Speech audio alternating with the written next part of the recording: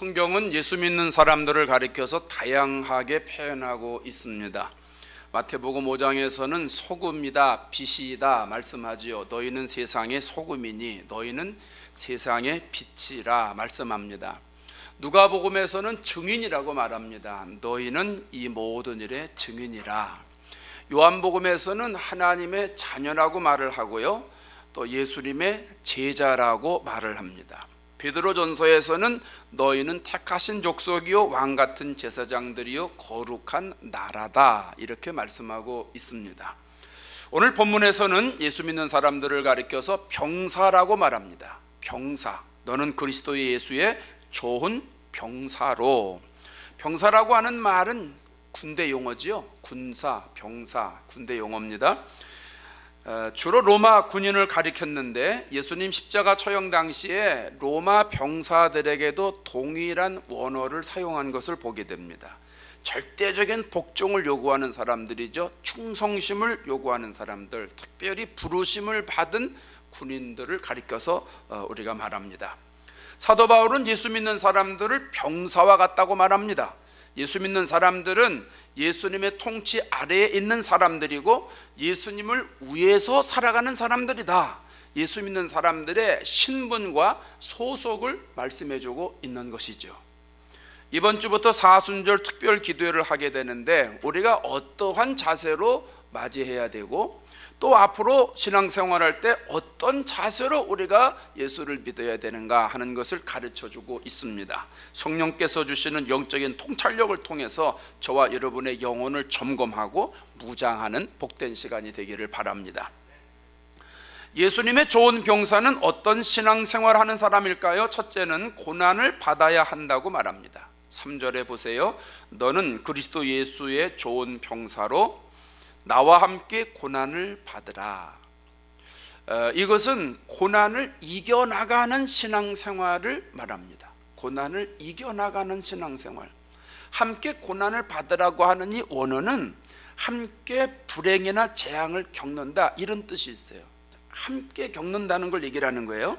근데 사도 바울이 디모데후서 1장 8절에서 이 단어를 또 한 번 사용합니다.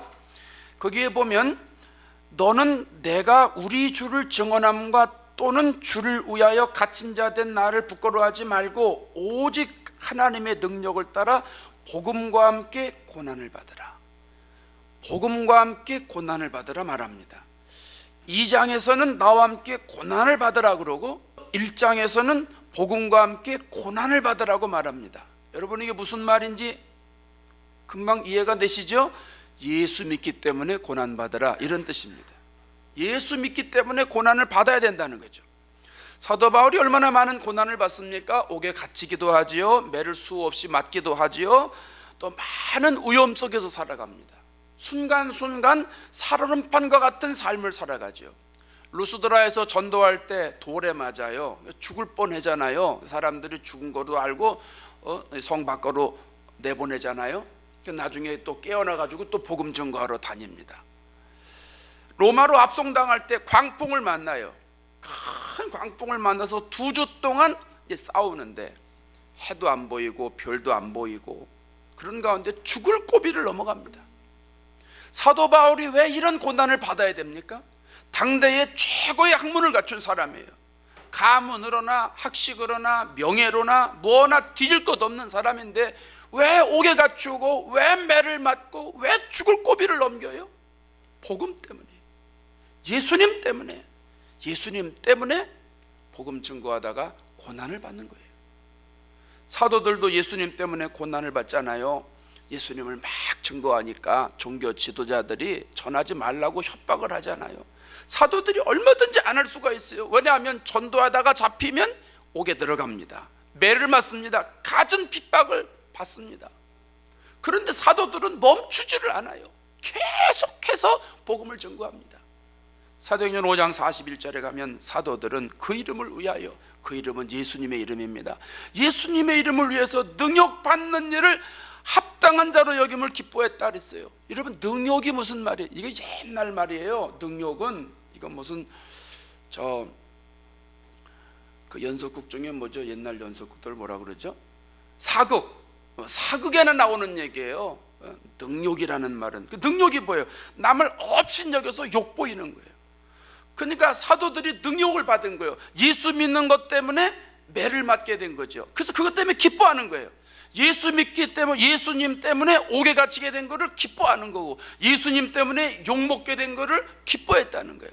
무시당하는 것, 업신여기는 것, 그것 개의치 않았다는 거예요. 기뻐했다는 거예요. 여러분, 사도 바울이 디모데에게 나와 함께 고난을 받으라고 하는 말은요, 내가 잘못해서 받는 고난을 말하는 게 아니에요. 내가 실수를 해서 받는 게 아니에요. 실력이 없어서 고난을 받는 게 아니에요. 병들어서 받는 게 아니에요. 어쩔 수 없이 당하는 고난이 아니에요. 예수님 때문에 당하는 고난을 말하는 거예요. 그러니까 내가 얼마든지 피할 수 있어요. 내가 얼마든지 당하지 않을 수 있어요. 그런데 이 고난은 예수님 때문에 받는 고난이기 때문에 이 고난을 이겨 나아갈 때 예수님의 좋은 병사가 된다고 말씀하는 겁니다. 제가 예수 믿으면서 보니까 고난이 특별한 게 아니에요. 신앙생활 자체가 고난이에요. 예수 믿는 자체가 고난이에요. 여러분 알지만 신앙생활 하다 보면 외적인 고난이 있고 내적인 고난이 있잖아요. 눈에 보이는 고난이 있고 눈에 보이지 않는 고난이 있어요. 외적으로는 고통당하죠. 핍박당하죠. 환경도 어렵죠. 욕도 먹지요. 근데 내적으로는 어때요? 영적인 갈등이 있어요. 보이지 않는 갈등. 나만 아는 거예요. 이웃은 몰라요. 나만 아는 갈등이 있어요. 요즘은 예수 믿기 쉬운 시대가 됐잖아요. 그래서 외적인 갈등, 외적인 고난이 거의 없는 것 같아요. 특별히 우리가 미국에 사니까 그렇고요. 우리 한국도 마찬가지일 테고요. 우리 성도들 중에 예수 믿으면 족보에서 지워버릴 거야. 너 예수 믿으면 내 자식 아니야. 남편이 아내에게, 아내가 남편에게 당신 교회 가면 이혼할 거야. 뭐 이런 사람 여러분 들어봤어요? 우리 교인 중에 그런 사람 없어요. 교회를 가니까 좀 싫어하기는 하겠죠. 믿지 않는 사람들이. 그렇지만 교회 가기 때문에, 예수 믿기 때문에 고통을 주고 고난을 받는 사람은 없습니다. 그런데요, 내적인 고난은 얼마나 많은지 몰라요. 내적인 고난 보세요. 예수 믿으면은요, 내적인 갈등이 시작이 되지 않습니까? 내 심령 속에서 영적인 전쟁이 막 일어나는 거예요. 그래서 내 생각대로 살다가 예수님 생각대로 살려고 하니까 내가 너무너무 힘든 거예요. 처음엔 그래요.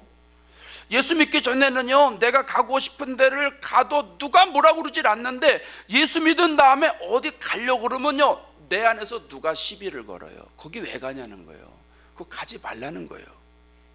예수 믿기 전에는 내가 마음대로 먹고 마음대로 마셨는데, 예수 믿은 다음에는 마음대로 먹을 수도 없고 마음대로 마실 수도 없고, 내 속에 누가 자꾸 얘기하는 거예요. 너 예수 믿으면서 그거 마시냐고, 예수 믿으면서 그거 먹냐고. 누구예요? 내 안에 성령님. 내 안에 성령님.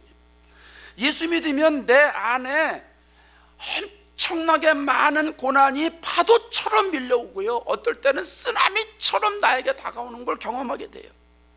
어떤 사람들은 그런 고난 없다고 말하는데, 내 뜻대로 살려고 하니까 그런 고난이 없죠. 주님 뜻대로 살려고 노력을 해보세요. 왜 없겠어요?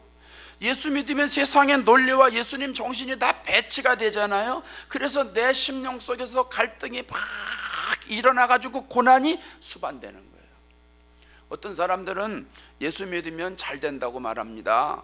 예수 믿으면 부자 된다는 거예요. 예수 믿으면은요, 자식도 잘 된다는 거예요. 여러분, 그게 예수 믿는 목적입니까? 큰 목적 아닙니다. 속지 마세요. 누가 여러분에게 자꾸 그런 거 가지고 유혹하면은요, 그 여러분 미신이고요, 너무 유치한 거예요. 기독교는 그게 아니에요. 기독교는 여러분 절대 속지 마세요. 성경에 예수님이 그런 말씀 한마디도 안 했어요. 예수님이 뭐라고 그랬어요? 누구든지 나를 따라오려거든 자기를 부인하고 자기 십자가를 지고 따라오라는 거예요. 예수님 따라오는 길은 좁은 길인데 길이 좁다는 거예요. 문도 좁다는 거예요. 예수님은 겨우 복에 대해서 말씀하실 때 이래 말씀하셨어요. 심령이 가난해야 복이 있대요. 돈을 많이 벌어야 복이 있는 게 아니라는 거예요. 의의를 위해서 박해를 받는 자가 복이 있다는 거예요. 예수님 때문에 욕을 먹고 예수님 때문에 핍박을 받을 때 복이 있다는 거예요. 그래서 예수님의 제자들이 예수님 때문에 욕 먹잖아요. 예수님 때문에 핍박을 받잖아요. 예수님 때문에 옥에 들어가잖아요. 심지어 예수님 때문에 죽음까지 당합니다. 여러분, 예수 믿으면 영적인 전쟁이 내 안에 시작되는 것이기 때문에 내적으로 고난이 당연히 따르는 거예요. 내가 예수를 믿기 때문에 성령에 순종해서 나아가는 사람 되기 위해서는요, 내 안에 육신의 그 생각이 계속 붙잡아요. 그 둘이 계속 갈등이 일어나요. 성령의 소욕과 육신의 소욕이 갈등이 일어나서 얼마나 많은 고난이 뒤따라오는지 모릅니다. 세상에 먹음직하고 보암직하고 탐스러운 것과 싸우는 것, 여러분 얼마나 힘들어요. 세상의 논리와 사상과 흐름과 유행과 싸우는 것, 여러분 얼마나 힘들어요. 그뿐입니까? 예수님 말씀하신 대로 오리를 가고자 하면 십리를 동행하는 거, 여러분 이게 쉬워요?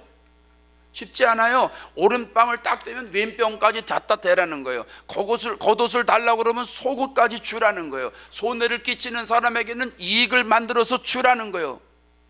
미워하는 사람 축복하라는 거예요. 핍박하는 사람 축복하라는 거예요. 악을 악으로 갚지 말라는 거예요. 선으로 악을 이기라는 거예요. 원수는 어떻게 해요? 사랑하려잖아요.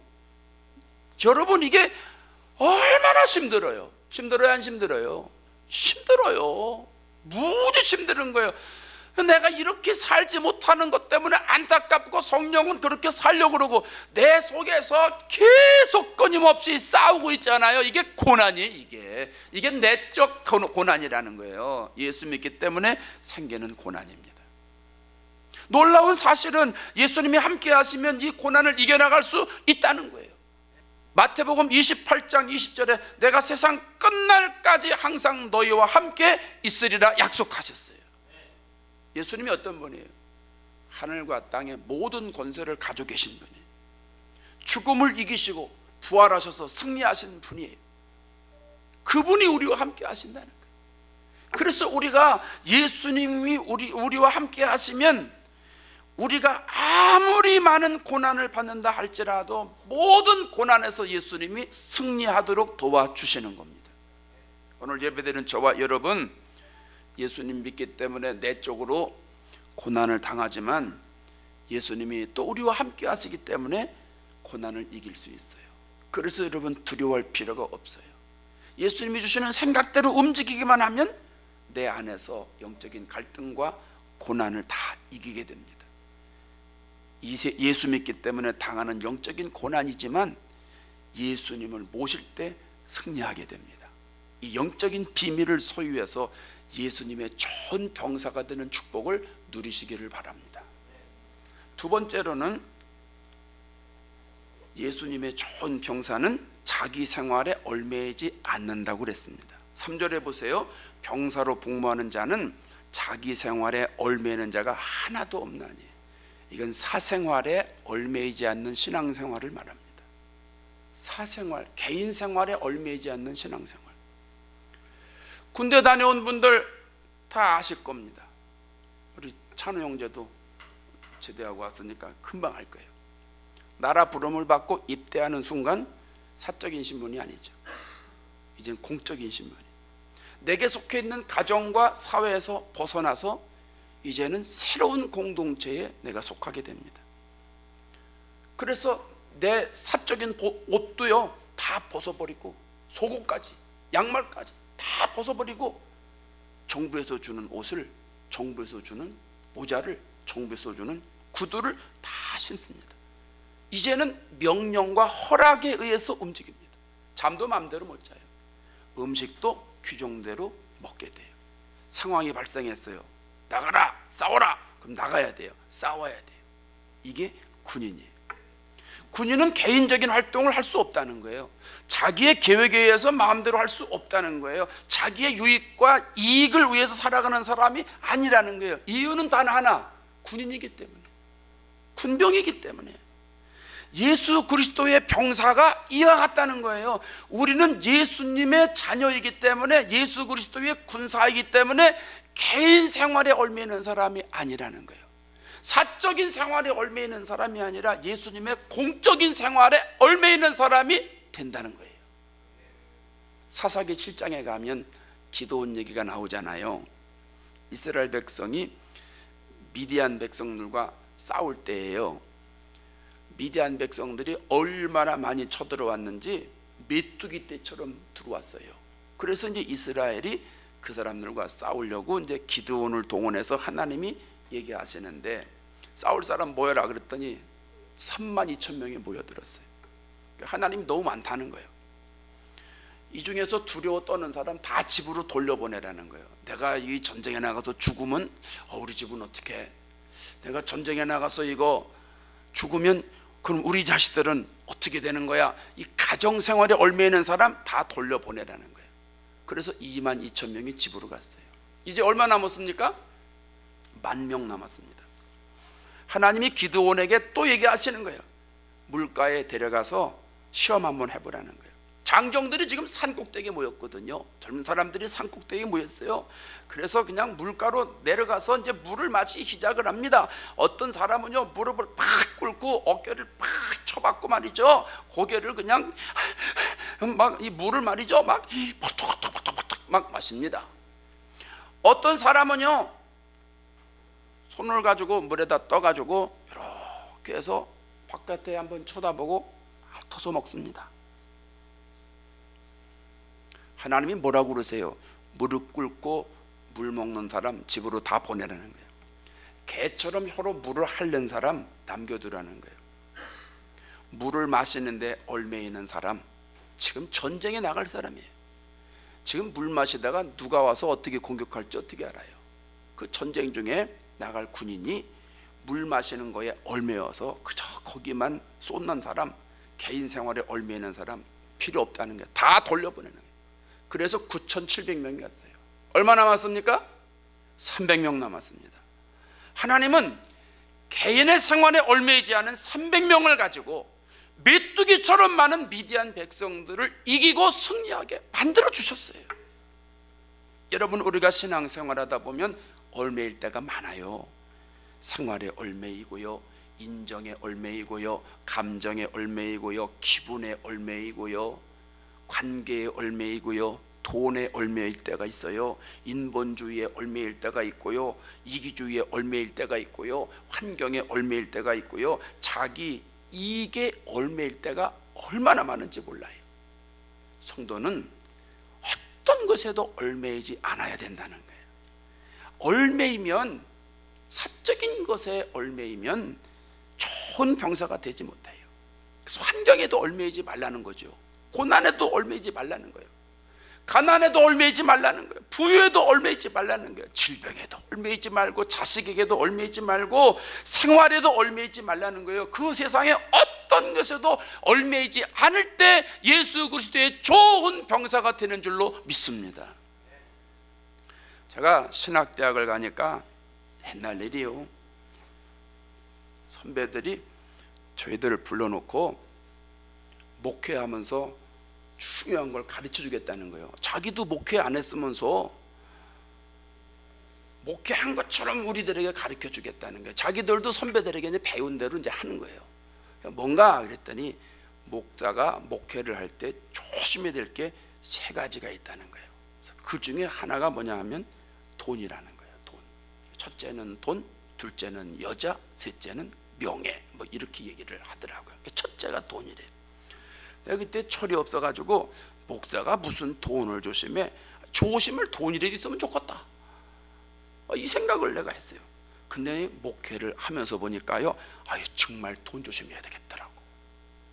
이게 목사가 돈이 많아서가 아니라 돈을 잘못 쓰면 문제가 되는 거예요. 이게 목사가, 주의 종이 복음을 위해서 써야지, 내 이익을 위해서, 내 유익을 위해서, 나를 위해서만 계속 쓰면 이게 아니더라고요. 이게 문제가 되겠더라고요. 그래서 그때부터, 그럼 어떻게 돈을 써야지 이게 잘 쓰는 건가 궁리를 하는 거예요. 몇 년 걸렸어요. 이렇게도 써보고 저렇게도 써보고. 그러다 나중에 얻은 결론, 나를 위해서 쓰기보다는 하나님을 위해서 쓰고, 교회를 위해서 쓰고, 성도들을 위해서 써야 되겠다 생각이 들었어요. 성도들도 영적인 가족이니까 가족한테 쓰는데 아깝습니까? 아낌없이 써야 되잖아요. 그래서 신방 가서 보고 이 집이 어려운 거 있으면 사다 주고, 또 기도하다가 생각나면은 가서 만나서 밥도 사주고 가스도 주고 돈도 주고, 뭐 넥타이 제가 막 줬지 않습니까? 넥타이도 주고, 한 번 더 줄 거 또 한 번 남았어요. 2번 줬는데 그래도 또 있어요. 또 갖다 드릴 거예요. 또 뭐 필요한 거 막 주는 거예요. 컴퓨터도 사주고 뭐 막 주는 겁니다. 좋게 돈을 조금씩 모아놨다가 이제 그 필요한 사람이 있으면 그거 이제 몽땅 털어서 이제 갖다 주는 거예요.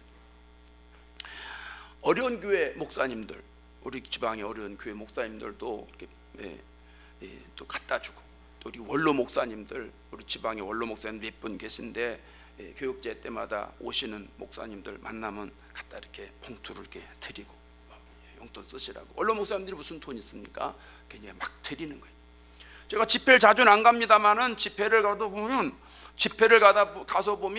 힘든 교회가 많아요.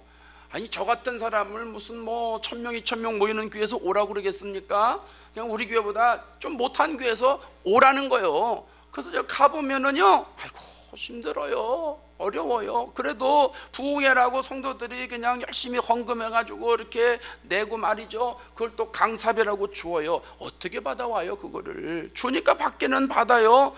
그리고 목사님께 드리고 교회 헌금하고 오는 거예요. 목사님 다 드리고, 봉투째 드리는 거 얼마 들었는지 몰라요. 뭐 열어보질 않았으니 알 수가 있나? 다 드리고, 목사님 생활이 어려운데 양복 한번 사 입으시오. 목사님 이거 가지고 책 사보시고 목회 능력 있게 하시오. 다 드리고 오는 거예요. 막 줍니다. 막 주는 거예요. 제 아내가요, 제가 돈을 어디다 쓰는지 누구에게 주는지 모릅니다. 제가 말을 안 하니까, 그럼 뭐로 말합니까? 말 안 하니까 몰라요. 제가 목회를 하면서 저를 위해서 돈 쓴 게 그렇게 많지는 않아요. 내가 미국에 와가지고 목회하면서 한 12년 동안 양복을 한 번도 안 샀어요. 다 그냥 그 전에 입던 거 입었어요. 요새는 옷이 좋아가지고요 안 헤어져요. 저는 양복 기본적으로 20년씩 입습니다. 뭐 전혀 뭐 이것도요 꽤 된 건데 그래도 늘 멀쩡하게 새 옷 같지 않아요? 제가 20년 된 옷을 입고 왔더니 교인들이 어머 목사님 양복 새로 사셨나 봐요. 깨끗해요. 예, 새로 입었어요. 새로 입었어요. 그리고 이제 많은 거예요. 딱 집으면 여기 뭐 20년 전 거예요. 그 멀쩡한데 그거 왜 버립니까? 구두도 살 필요 없습니다. 하도 신발이 좋아서 달아 해지지도 않아요. 샌프란시스코는 비도 안 와가지고 뭐 오래 쓸 수 있습니다. 하나님이 이런 마음을 주셔서 돈을 잘 쓸 수 있도록 해주시고, 돈에 얼매이지 않는 마음을 주셔서 얼마나 감사한지 몰라요. 이게 내 마음이 아니요, 주님의 마음이 주님의 마음, 주님의 마음을 알려드리려고 여러분에게 이 말씀을 드리는 거예요. 여러분, 어떤 것에 얽매이느냐에 따라서 그 사람의 영향을 받는 거예요. 환경에 얽매이는 사람은 환경에 좌우되는 거예요. 자리에 얽매이는 사람은 교만하게 되는 거예요. 육신에 얽매이는 사람은 영원한 것을 잃어버리고, 마귀에 얽매이는 사람은 죄짓게 되는 거예요. 물질에 얽매이는 사람은 물질의 노예로 사는 거예요. 질병에 얽매이는 사람은요 빨리 죽는 거예요. 질병에 얽매이면 빨리 죽어요. 우리는 예수님께 얽매여야 됩니다. 요한복음 8장 32절에 진리를 알지니 진리가 너희를 자유케 하리라 그랬어요. 진리신 예수님께 얽매이면 모든 게 자유로워지는 거예요. 사도 바울처럼 비천에 얽매이지 않게 되고, 풍부에 얽매이지 않게 되고, 배부름에 얽매이지 않게 되고, 배고픔에 얽매이지 않게 되고, 풍부에 얽매이지 않게 되고, 궁핍에 얽매이지 않게 되는 거예요. 예수님께 얽매이면 일체의 비결을 배우게 되는 거예요. 저와 여러분에게 이 축복이 있기를 바랍니다. 저는 우리 교회 모든 성도들이, 일부 예배 드리는 성도들, 오늘 지금 2부 예배 드리는 모든 성도들이 예수님께 딱 얽매여 가지고 살았으면 좋겠어요. 소속은 예수님께 있는데 다른 데 얽매여 있으면 이 어떻게 되는 거예요? 이런 사람 뭐라 그래요? 간첩이요, 스파이요. 아니, 소속은 한국에 있는데 다른 나라를 위해서 일하면 어떻게 되는 거예요? 소속이 미국인데 다른 나라를 위해서 일하면 어떻게 되는 거냐 하는 얘기예요. 우리는 예수님께 얽매여 있어서 예수님 주시는 은혜를 받고 예수님 주시는 양식을 먹고 예수님 주시는 신과 능력과 권능을 얻어서 살아야 될 줄로 믿습니다. 앞으로 여러분이 신앙생활하다가 야 이거 내가 좀 환경에 얽매인 것 같다 하는 생각이 들면은요, 예수님의 능력을 받아서 어려운 환경을 이겨나가시기 바랍니다. 질병에 얽매였다 생각이 들면은 예수님의 이름으로 일어나라 하고선 여러분 자신에게 선포를 하세요. 여러분 자신에게 선포를 해. 아까 말씀드렸잖아요. 질병에 얽매여 있어서 어머 나 감기 걸렸나 봐, 어머 나 어디가 아픈가 봐, 병원에 가야 되는 거 아니야, 이거 암이래. 얽매이는 순간 벌써 안에서 말이죠, 질병이 막 활동해서 그 사람 꼭 붙잡아요. 그래서 일찍 죽는 거예요. 질병에 얽매이면 얽매일수록 예수님의 이름으로 여러분에게 선포하세요. 예수님의 이름은 능력이 있기 때문에 일어나는 거예요. 베드로가 앉은 병이 일으키잖아요. 죽은 자 살리잖아요. 여러분 질병 걸리면 걱정하지 마세요. 선포하시고 성령께서 인도하시는 대로 병원에 가라 병원에 가고, 의사한테 진료받으면 이 의사를 통해서 확실하게 나아질 거다 확신 가지고 또 선포하시고 기도하시기 바랍니다. 여러분 생각에 얽매있다 이런 판단이 들면 아 내가 교만하구나, 교만아 물러가라, 여러분 자신에게 외치세요. 내 생각 굽히지 않고 계속 주장하는 사람 교만한 사람이에요. 거의 교만한 사람이에요. 이런 사람 하나님 안 써요. 물질에 얽매였다 생각이 들면은요, 해결하는 방법은 11조 하는 거예요. 11조를 해야 물질에서 자유롭게 돼요. 왜 그런가 해보면 알아요. 그래서 우리에게서 예수님의 향기가 나오고 예수님의 언어가 나오게 하고 예수님의 성품이 나오도록 하고 예수님의 근성이 나오고 예수님의 자세가 나오도록 나를 만드는 거예요. 얼마나 좋아요. 저와 여러분은 자기 생활에 얽매이지 않고 예수님께 딱 얽매여 있어서 예수님이 아주 좋아하시는 병사로 만들어지시기를 바랍니다. 세 번째로는 모집한 자를 기쁘게 한다고 그랬어요. 4절에 보세요. 중간쯤에 이는 병사로 모집한 자를 기쁘게 하려 함이라. 이것은요, 예수님을 기쁘시게 하는 신앙생활을 말합니다. 예수님을 기쁘시게 하는 신앙생활. 군인의 최고의 덕목이 뭘까요? 군인이 제일 잘해야 되는 거 이거요. 하는 거 뭐예요? 충성. 군인의 최고 덕목은 충성. 충성. 국가에서 불렀으니 국가에 충성하는 거 당연하죠. 군인은요, 국가가 필요로 할 때 자신의 목숨을 바쳐서라도 충성하는 게 중요해요.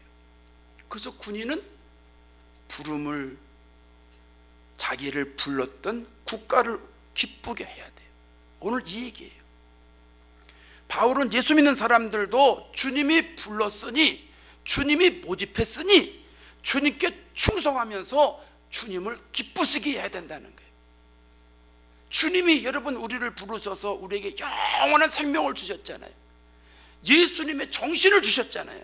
우리의 병을 고쳐주셨고 사랑해 주셨고 기도하면 응답해 주셨고 고통 가운데 문제를 해결해 주셨고 우리의 죄를 용서해 주셨고 나중에 십자가에 달려서 물과 피를 전부 쏟으면서까지 우리에게 몽땅 주셨어요. 모든 걸 주셨어요. 남김없이 주셨어요. 아낌없이 주셨어요. 그래서 우리가 주님의 기쁨이 되는 신앙생활을 해야 돼요. 주님을 기쁘시게 하는 신앙생활을 해야 된다는 거예요. 성경에서 하나님을 기쁘시게 한 사람이 많이 나오는데 그 중에 한 사람 꼽으라면 저는 다윗을 꼽습니다. 사도행전 13장 22절에 내가 이새의 아들 다윗을 만나니, 하나님이 다윗을 만났을 때의 표현이에요. 내 마음에 맞는 사람이라. 다윗의 어떤 부분이 하나님 마음에 맞았을까? 다윗의 어떤 부분이 하나님을 기쁘시게 했을까? 여러 가지가 있어요. 그 중에 한 가지는 하나님의 말씀대로 살았다는 거예요. 열왕기상, 열왕기하나, 역대상, 역대하의 그 왕들의 히스토리를 가만히 보면은요, 두 부류로 하나님은 나눠요. 다윗의 길로 걸은 왕과 다윗의 길로 걷지 않은 왕으로 구분됩니다. 열왕기 22장에 가면 요시야 왕이 나오는데 그의 조상 다윗의 모든 길로 행하여 좌우로 치우치지 아니하였더라 기록합니다. 역대하 17장에 가면 여호사밧이 나오는데 그가 그의 조상 다윗의 처음 길로 행하여 바알들에게 구하지 아니하고 이렇게 표현합니다. 역대하 29장에 가면 시스기야 왕이 나와요. 그리고 유명한 시스기야. 성경은 이렇게 기록을 해요. 그의 조상 다윗의 모든 행실과 같이 여호와 보시기에 정직하게 행하여. 또 한 그룹은 열왕기상 15장에 아비얌이라고 하는 왕이 나오는데 그의 조상 다윗의 마음과 같이 아니하여. 기준이 누구예요? 다윗이에요. 역대하 28장에 가면 아하스 왕이 나오는데 그의 조상 다윗과 같이 아니하여 여호와 보시기에 정직하게 행하지 아니하고. 기준이 누구예요? 다윗이에요. 다윗의 길이 도대체 뭐예요? 어떤 왕들은 다윗의 길로 행하고 어떤 왕들은 다윗의 길로 행하지 아니하고. 다윗의 길이 뭐예요? 솔로몬이 성전을 짓고 하나님 앞에 봉헌할 때 하나님이 나타나셔서 이런 말씀을 하세요. 열왕기상 9장 4절에 가면 내가 만일 네 아버지 다윗이 행함같이, 다윗이 나오죠. 하나님이 솔로몬에게 다윗을 얘기를 하시는 거예요. 내가 내게 명령한 대로 온갖 일에 순종하여 내 법도와 율례를 지키면 이스라엘 왕위에 오를 사람이 내게서 끊어지지 아니하리라. 다윗이 어떻게 신앙생활을 했다는 거예요? 하나님의 명령과 하나님의 법도와 하나님의 율례를 지켰다는 거예요. 그래서 실제로 다윗이 죽기 전에 솔로몬에게 유언할 때 동일한 말을 해요. 하나님 명령 지켜라, 하나님 법도 지켜라, 계명 지켜라, 율례 지켜라. 하나님은 다윗이 하나님의 말씀에 순종하신 모습을 보면서 내 마음에 맞는 사람이다, 이렇게 말씀하신 거예요. 여러분, 신앙생활은요, 하나님 기쁘시게 하는 게 돼야 돼요. 나를 기쁘게 해서 신앙생활하는 게 아니에요. 내 마음에 들면 안 돼요. 신앙생활의 모든 건 다 내 마음에 들면 안 돼. 공부하는 이들이요, 공부하는 거, 여러분이 만드는 모든 거, 페이퍼 쓰는 거, 작업하는 거 누구 마음에 들어야 돼요? 교수님 마음에 들어야 돼요. 그래야 성적이 잘 나오는 거예요. 교수님 마음에 안 들면 아무리 잘했어도 F 이거 나오는 거예요.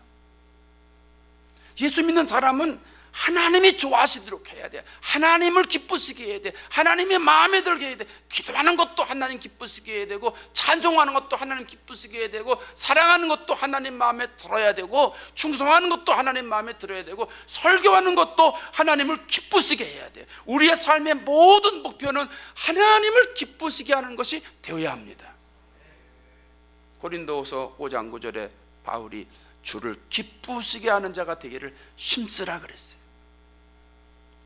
먹든지 마시든지 주님을 기쁘시게 하는 신앙생활, 고난이 와도 주님을 기쁘시게 하는 신앙생활, 질병이 와도 주님을 기쁘시게 하는 신앙생활, 사나 죽으나 다 주님을 기쁘시게 하는 신앙생활을 해야 될 줄로 믿습니다.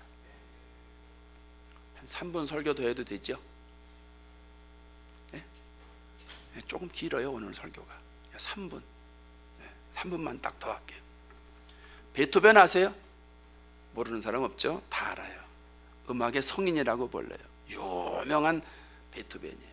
근데 이분이 32살에 기모거리가 됐어요. 한참 일할 나이에요.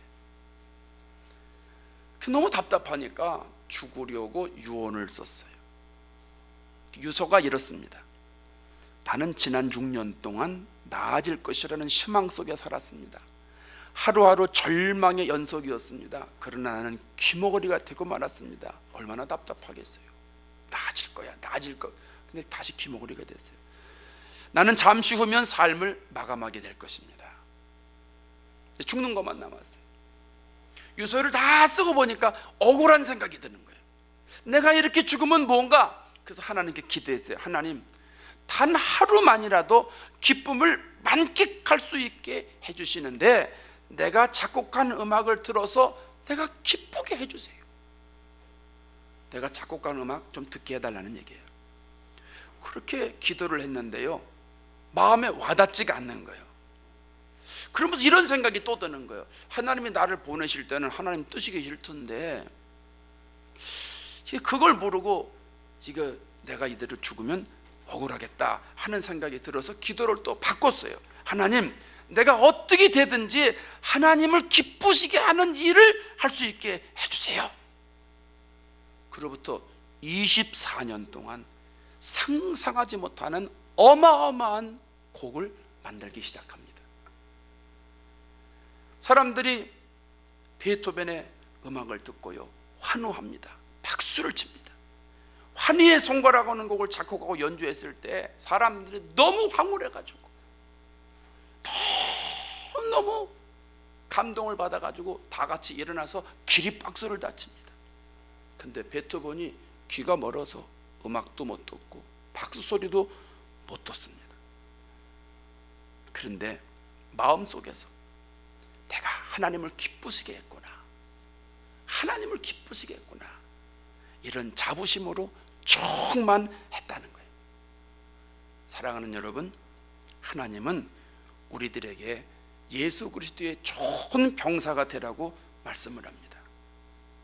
예수 그리스도의 좋은 병사는 내 안에 영적인 갈등이 일어나는 이 모든 것들을 다 이겨나가는 사람들이에요. 예수 그리스도의 좋은 병사는 사생활에 얽매이지 않고 주님을 따라가는 사람들이에요. 예수님의 좋은 병사는 나를 기쁘시게 하는 게 아니라 주님을 기쁘시게 하면서 신앙생활하는 사람들이에요. 사순절 기도회에 예수님의 좋은 병사로 나를 만들어서 거듭나서 하나님께 영광 돌리는 축복의 삶을 사시기를 주의 이름으로 축원합니다. 기도하겠습니다.